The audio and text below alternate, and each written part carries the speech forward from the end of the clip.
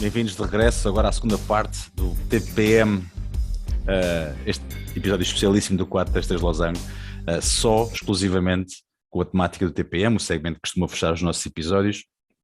Agora vamos ter, nesta segunda parte, momentos que trazem boas memórias ou más memórias, como vai ser o caso em algumas situações, aos nossos comentadores e também a mim, que hoje faço aqui uma perrinha com eles. Gilberto, agora vais tu arrancar aqui com a recordação do momento marcante neste nosso episódio especial. Vasco, este momento que eu escolhi tem um pouco das duas situações que tu referiste, bons momentos e acabou da pior forma possível. Refiro-me ao Euro 2004. Ficará para sempre na história do futebol. Acho que é um marco da história do futebol português. Na altura, se recuarmos antes de 2000, Portugal não era visto e achado em grandes competições internacionais. Começou a ganhar algum respeito no Euro 2000 e depois a forma como Portugal organizou, recebeu e como decorreu o Euro 2004, acho que isso, junto com os resultados desportivos das equipas portuguesas e também com o afirmar de alguns treinadores e jogadores portugueses no futebol europeu, o Euro 2004 acaba por ser mesmo o momento da consolidação de Portugal no nível do futebol, não só europeu, mas também mundial. Acaba por ser uma competição que trouxe bastante a Portugal. Também trouxe alguns momentos polémicos, principalmente por causa dos estádios. Alguns que foram remodelados, outros que foram construídos para efeito apenas da organização deste evento. E que estou a ser bastante usados. Exato. Então, o estádio de Lolé Leiria, tem sido usado. Aveiro. Leiria, Aveiro. O Aveiro inclusive já chegou a ser considerada a sua demolição, mas isso era dinheiro deitado, se já foi dinheiro deitado ao lixo, então se fôssemos agora a demoli-lo ainda era pior. Mas pronto, isso são contas de outro rosário e a gente está aqui para falar de futebol. E foi um europeu que lá está, teve um travo agridoce para os portugueses, porque a nossa seleção começou o campeonato da Europa a perder com a Grécia e acaba o campeonato da Europa a perder com a Grécia. Quando toda a gente esperava que Portugal fosse campeão europeu pela primeira vez na sua história, em casa, contra uma acessível Grécia que chegou à final com um futebol defensivo, a aproveitar momentos de bolas paradas para ganhar jogos. Toda a gente pensou bem, Ronaldo a crescer de forma e a aparecer na seleção já, ainda não como titular no primeiro jogo, mas depois a ir ganhando o seu espaço durante o europeu. Um trio de meio campo que tinha acabado de ser campeão europeu, Deco, Maniche, Costinha pelo Futebol Clube do Porto. Rui Costa, Figo, já numa fase descendente da carreira, mas mesmo assim ainda importantes. Ricardo Carvalho, Paulo Ferreira, Miguel, Nuno Valente, Jorge Andrade, Ricardo na baliza, Nuno Gomes. Portugal tinha tanto, tinha tudo. Hélder Postiga, e ao Panenka do Postiga no jogo contra a Inglaterra. Eu não sei o que é que aconteceu, porque eu e o Bruno vimos sempre a bola com o cascol no mesmo braço, sentados da mesma maneira, desde que começou o europeu até acabar. Nós fizemos a nossa parte. Eu não sei o que é que aconteceu para ali, nós fizemos tudo certinho. Portugal perde o primeiro jogo em casa, no Estádio do Dragão, contra a Grécia, de uma forma incrível. Lá está, a Grécia foi ganhando jogos de forma incrível. A Grécia qualifica-se em segundo lugar num grupo que tinha Portugal, Rússia e Espanha. Portugal perde contra a Grécia perde contra a Rússia na última jornada e Portugal ganha 1-0 à Espanha. Ganha a Espanha, ganha 1-0 à Espanha com o gol de Nuno Gomes, e a Grécia consegue no segundo jogo empatar com a Espanha igual, quando Portugal ganha 2-0 à Rússia. À partida para a última jornada estava tudo em aberto. Portugal tinha a difícil missão de tentar ganhar à Espanha e toda a gente esperava que a Espanha ganhasse aquilo e que a Rússia do outro lado se calhar eliminasse a Grécia e Portugal, e a Grécia ficassem pelo caminho. A verdade é que saiu tudo ao contrário. Portugal e Grécia qualificaram-se para a fase seguinte e a verdade depois é que acabaram por se reencontrar na final, nesse jogo de má memória, onde o nome de Ângelos Caristeias penso que nunca mais vai sair da cabeça dos portugueses. Aquele mal, jogo, aquele minuto, aquele fatídico minuto foi Tu lembras da bola que o Figo mandou ao poste? Com o pé foi esquerdo? terrível. Minuto Essa final. 57.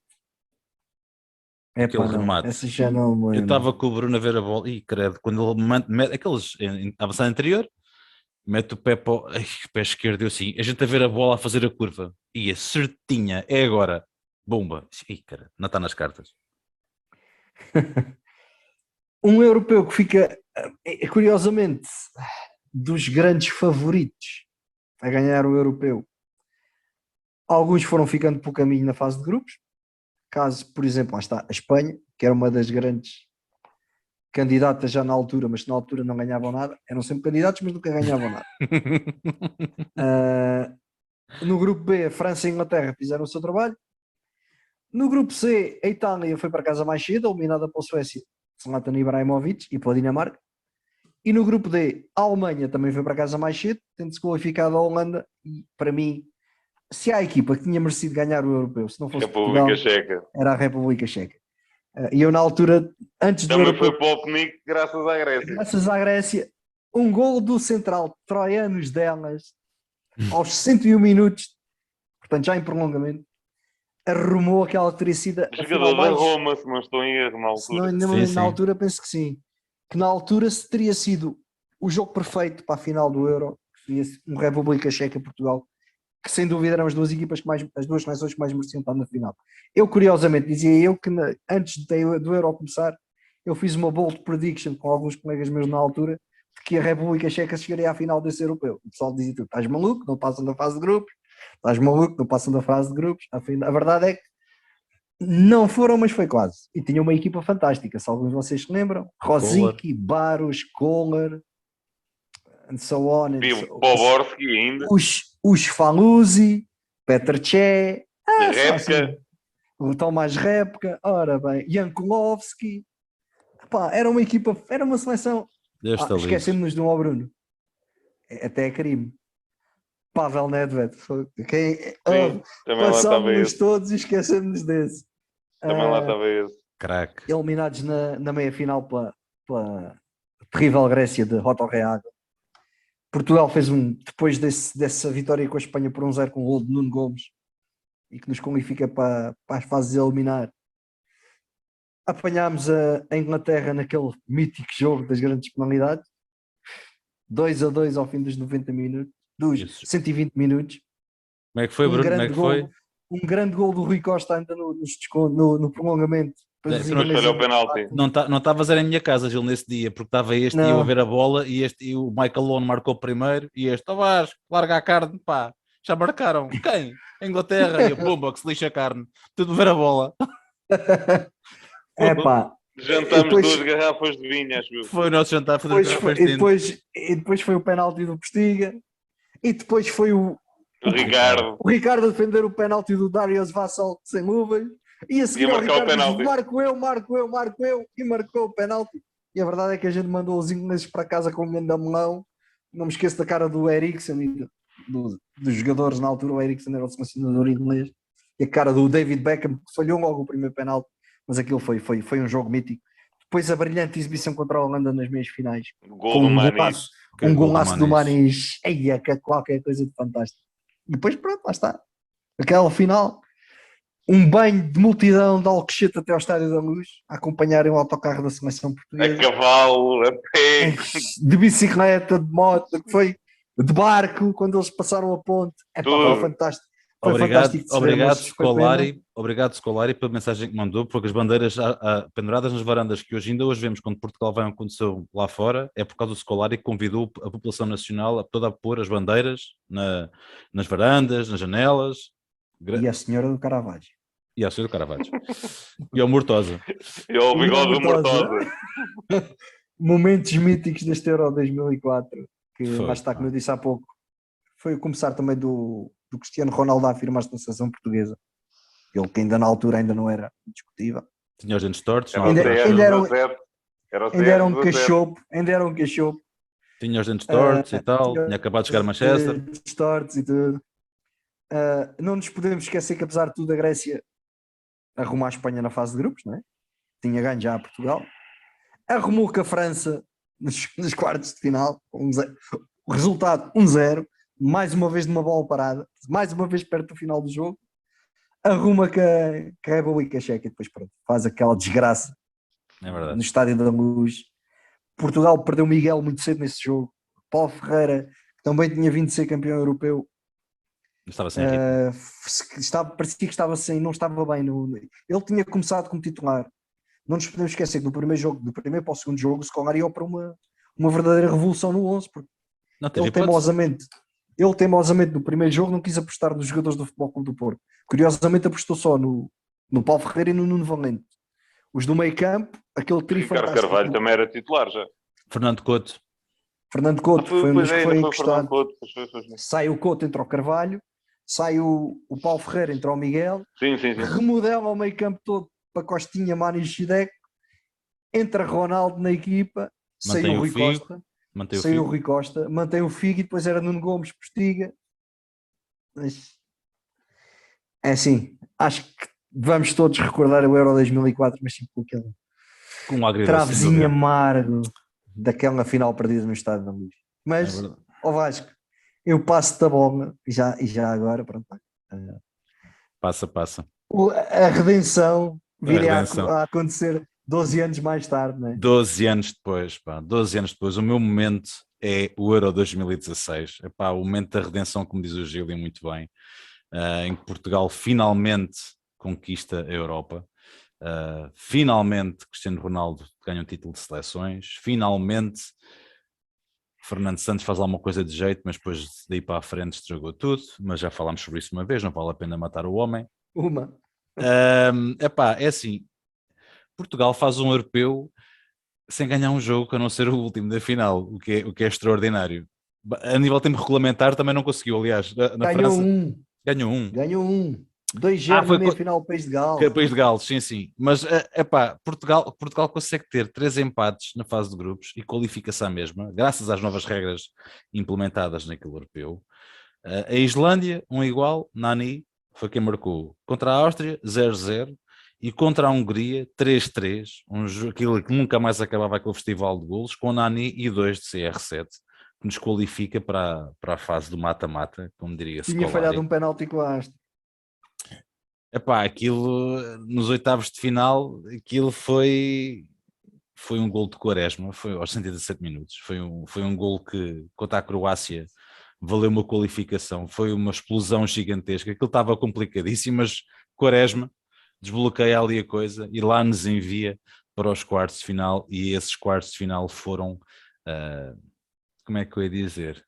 Foram míticos mais pela preparação dos penaltis que se iriam bater, porque Ronaldo deu uma mostra, a meu ver, do líder que se tinha acabado de tornar. Eu vou pôr depois uma bolinha vermelha depois naquilo que eu vou dizer, mas o Ronaldo mostra uma fibra de um vencedor nato, porque eu já tinha muitas Ligas dos Campeões ganhas, tinha uma experiência internacional gigantesca, tinha quase cheirado ali, lá está no Euro 2004, uma final, e sabia o que é que os sacrifícios e o que é que gostava de ganhar, e João Moutinho encolheu ainda mais, porque ele não é muito grande, mas estava muito renitente em ir bater. Ele que, como dizia Ronaldo, ele bate bem, anda a bater. Não, anda a bater. Porque se falhares, anda a bater. Personalidade. E esta frase, personalidade, esta palavra, com ponto de exclamação no final. Personalidade. Nós temos de ter personalidade. Foi a dizer, nós somos Portugal, nós não somos o mijo na escada. Como diz aqui o Bruno, muitas vezes gosta de dizer as equipas mais fraquinhas são os mijos na escada. Ronaldo mostrou para mim, nesses quartos de final, o jogador e o líder que se tinha tornado. E o vencedor que era. E realmente o Quaresma faz o último penalti. Bem, Portugal deve ter ido abaixo nessa altura, porque aquilo foi realmente uma coisa foi a sofrer até à última. Aquilo foi muito complicado. A Polónia de Lewandowski ia para casa. Vaticinavam que íamos ser atropelados pela Polónia nos meios de comunicação internacionais. Toma lá fresquinho, também passou. E logo a seguir então foi o jogo mais fácil do europeu para Portugal. A meia-final foi contra o País de Gales, que vinha num conto de fadas autêntico às costas de Gareth Bale e mais 10. Aquilo Não estava a havia correr, campos de golfe. não havia campos de gol para ele se extrair, portanto lá foi aquilo. Portugal foi para um jogo com muita confiança, merecidamente. Novamente Nani, novamente Ronaldo, os 2 gols da Seleção Nacional, que nos qualificaram para uma final não inédita, mas que se adivinhava que ia ser uma coisa, ei, que íamos ser atropelados, ei, a França está a jogar em casa, ei, a França, os 11 que metem em campo, aquilo tanto faz. Em Portugal, o engenheiro a rezar no banco, porque orientar a equipa está quieto, mas lá ia rezando, lá foi rezando, e Portugal, na final, aquilo foi começando mal também, porque Ronaldo lesiona-se. Não, Ronaldo é lesionado pelo Payet, que hoje em dia merece tudo o que a carreira lhe possa trazer de errado. E as garrafas que ele tem levado no jogo pelo Marseille. Epá, tem levado, e se calhar é a pena ter feito aquilo que fez ao Cristiano Ronaldo, foi premeditado completamente. Naquela final não houve nada que não fosse para tramar Portugal, não houve nada que não tivesse sido planeado, não venham cá com fitas, porque os franceses e a superioridade sobre os portugueses na vida cotidiana Mas, já enjoa, mas podes falar, força. Vasco, como disse o Valdo, os papião no campo. Essa história do Valdo é mítica. Epá, aquele jogo em que o Éder, o jogador que o Bruno disse, quando saíram os convocados, eu gosto muitas histórias com o Bruno, isto já são muitos anos de amizade e muitas histórias a ver bola. Saíram os convocados, eu disse, epá, o que é que o Éder vai fazer na seleção, pá? Ele e o Eliseu, o que é que eles vai fazer? E o Bruno, muito calmamente, mas com uma calma, Gil, mas com uma calma solene, pôs a chávena do café em cima do Pires e diz assim, olha, eu aposto contigo que ainda é o Éder que vai ganhar aquilo à gente. Eu disse, pá, está calado, pá. Está calmo, Bruno. Eu disse pior, eras campeão com um gol do Éder a cruzamento do Eliseu. Isso é que é. Porque eram os dois que ninguém lá queria, iam ser os dois que nos iam dar o título. Eu por acaso também tive um colega meu que no dia da final, quando ainda antes do Éder entrar, o gajo disse assim, okay, o Éder vai entrar e vai resolver isto. E o pessoal, claro, que o jogo como estava, com o Ronaldo lesionado, o pessoal, tu calma. Mas eu disse se o Éder entra... Antes de começar o europeu. Mas... E no dia da final disse isto ao meu pai a almoçar com ele. E o meu pai, tu és maluco. No fim do jogo ligou-me e disse que vai jogar no Euromilhões. Epá, houve aquilo. Não estávamos a ver a final em casa de um colega nosso, que é o Lázaro. Epá, aquilo já não havia unha, já não havia nada. Aquilo já não havia tabaco, já não havia nada. Aquilo foi... Esquece, aquilo foi das coisas mais impressionantes. E a bola no posto aos 90 do Giroud. Do Gignac. O Gignac. Aquilo foi e só... E as defesas do Patrício. O Patrício nesse jogo parecia ele no super-homem. Eu acho que envelheci não sei quantos anos após desse jogo. Porque, epá, foi um jogo... Não venhas com desculpas, não foi do jogo, já eras velho. Foi um jogo complicadíssimo. E o Lloris que ainda agora diz que estava com uma dor na perna, por isso é que não cheguei à bola. Eu escrevi aqui uma frase sobre esse jogo, que foi o seguinte: fica para a história também aquele conjunto de imagens na linha lateral do Ronaldo com o Fernando Santos a dar instruções. O Ronaldo dava instruções, o Fernando Santos empurrava, e aquela frase que veio das bancadas, que nunca mais ninguém se esquece, e que alguém felizmente se lembrou de pôr aqui uma t-shirt, o mítico, chuta. Epá, para mim é a frase do europeu, para mim. E o Éder estou. E o Éder estou. O Éder estou um remate de fora da área, um remate que eu não vou exagerar quando disser que deu justiça a dezenas de gerações que foram para a França, milhares de pessoas que foram para a França, milhares de pessoas que foram humilhadas, que estavam a ser humilhadas ainda naquela altura, naquele jogo. Soube muito bem. Passem os anos. Olha lá, e o que é que aconteceu ao autocarro de campeões que os gajos tinham preparado nessa altura? Ó Gil e Bruno, eu para acabar esta recordação tenho uma coisa só para dizer. Epá, passem os anos que passaram e seja lá aquilo que se veja, ninguém vai foder os franceses como o Éder. E eu gosto muito de dizer isto porque eu sei que muitos colegas meus que tiveram família lá e que já se vaticinava tudo e mais alguma coisa, que isso é mais uma confirmação da superioridade dos franceses sobre os portugueses, e os imigrolas, os sofredores, os defensivos, tudo e mais alguma Os coisa, degolasse, como foram chamados na altura. os Os totós ordinários.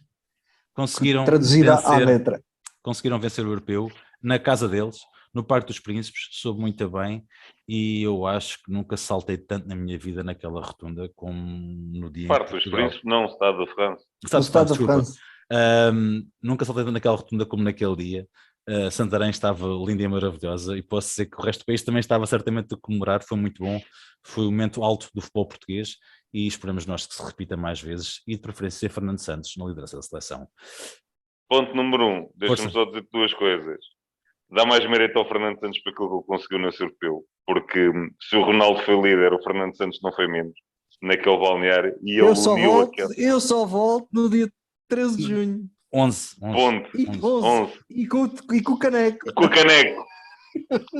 Ele não foi nada menos que líder do que o Cristiano foi naquele momento. Esqueceste de referir o fantasticamente no jogo da Croácia e do Quaresma levar o jogador debaixo do braço para a linha de fundo. Da França. Não foi nada da França, foi do jogo com a Croácia, se faz favor. O Koscielny, que até há um meme a dizer: Oh Ronaldo, foi este. É o Koscielny, pá. Acho que eu tinha ideia que tinha sido um jogo com a Croácia. É o Koscielny, pá. E depois dá um meme fantástico, está o Quaresma e com o gajo depois esqueceste da frase do Éder também, já em Lisboa. Coisa é feriado. Bom, foi o meu momento alto do futebol português, como eu disse, o momento mais alto do futebol de seleções. Todos os portugueses, pá. Antes de passar aqui a bola para o nosso comentador das notícias, hoje não tem notícias, tem momentos. Bruno, chuta aí, é a tua vez de fechares aqui esta segunda parte do episódio especial, amigo. Curiosamente, todos vamos falar da seleção, porque será? Eu trago aqui um momento não tão feliz, mas um momento que ficou mesmo marcado na memória. Vou um bocadinho mais atrás, vocês falaram os dois em duas competições, eu vou mesmo um momento de um jogo da seleção. No dia 6 de setembro de 1997, em Stuttgart, em Berlim, no Olympia Stadium. Marco Batá. Ora, fala-se deste jogo e toda a gente se lembra do nome do homem. Árbitro francês. Esse. Franceses, alemães, tugas, tudo para correr bem. Tudo para correr bem. E pá, tu que foste lembrar, meu? Não é que foi lembrar porque eu não esqueço. Porque Cazia. Desde o Euro 96 foi a única grande competição que Portugal falhou.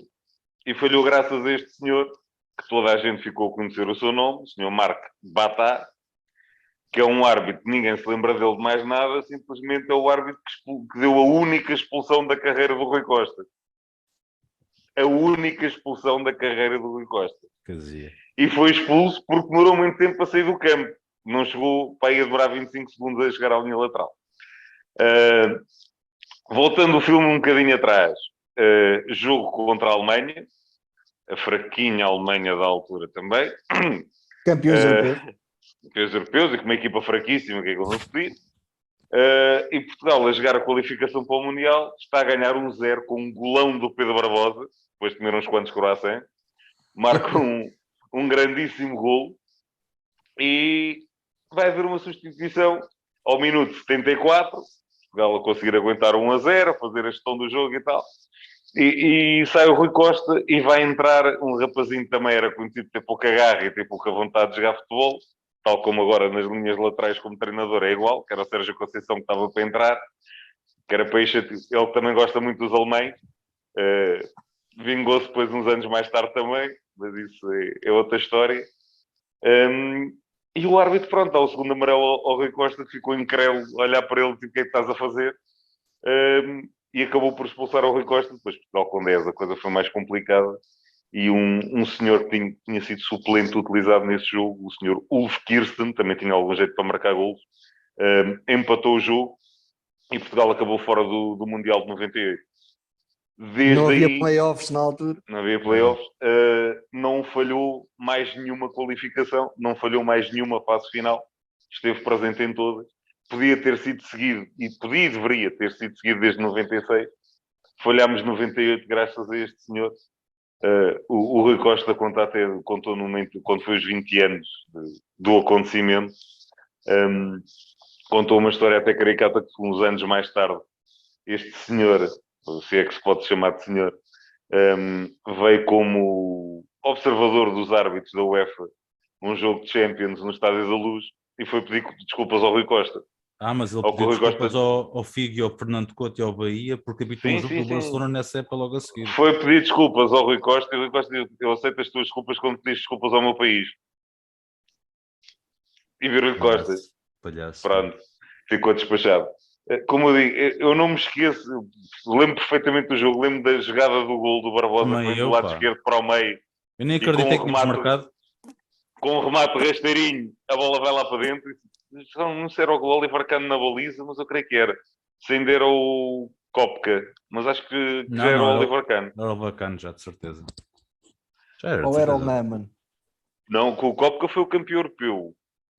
Se calhar era o Espera aí, Jens que Lehmann. Se calhar era o Também Jens vai Lehmann. ver-se já. Então, o que é que jogou nesse. Viva a nesse jogo? Wikipédia. Ora, equipa. Estes são os momentos que nós temos no nosso podcast que não ficam gravados em vídeo. Isto acontece com muita frequência. Vocês não veem, agora estão a ver. Não, isto Andrés agora não está. Costa. Era o Era o Copa. Kopka que tinha sido campeão europeu, exatamente. E o guarda-redes de Portugal era o Silvino. Ali, Pois, já não me lembrava disto. Ó não. Gil, chuta aí o 11 inicial. Foi.